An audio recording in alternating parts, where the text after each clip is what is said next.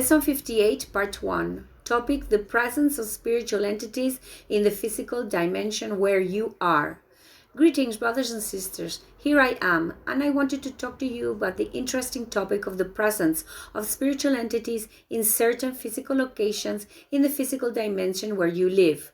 There are certain places that are very attractive to these spiritual entities.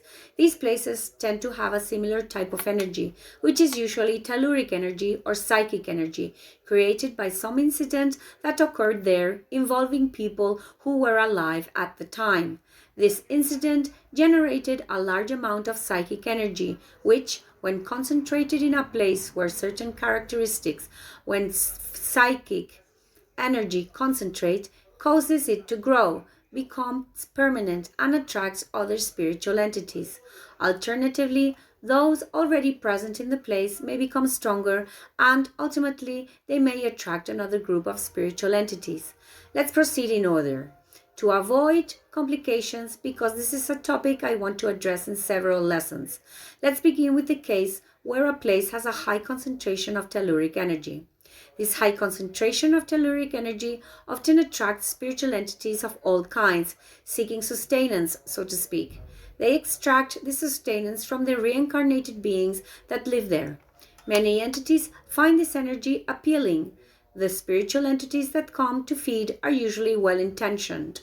We are talking about the places with a high concentration of positive energy, because telluric energy is almost never negative. There are some places where this negative telluric energy is concentrated. Fortunately, they are few in number. These are the places where people gather to perform negative energy rituals, to harm others, and thus achieve the maximum effort of their ritual.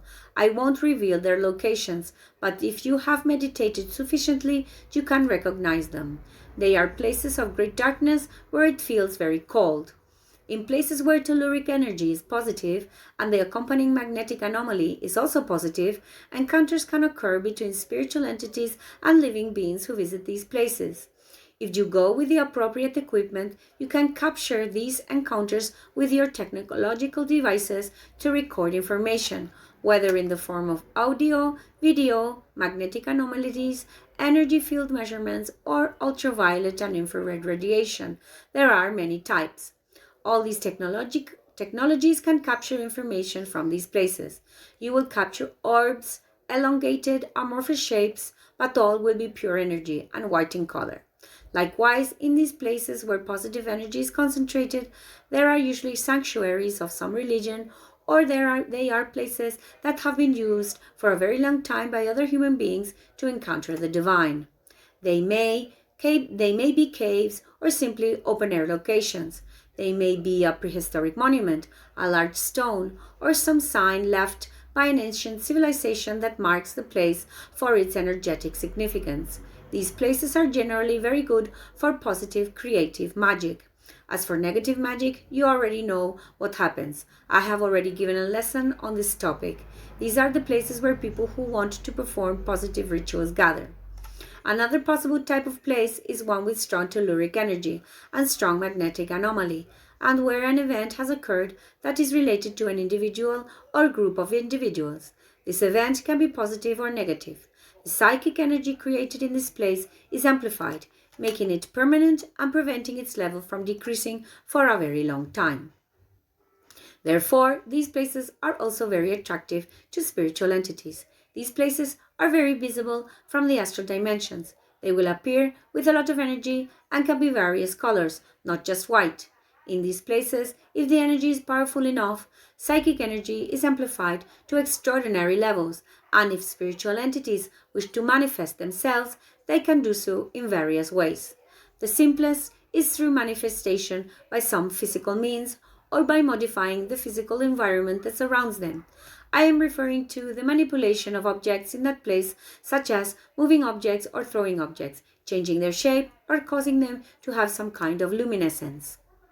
You must be vigilant if you want to build any kind of dwelling in these places or nearby.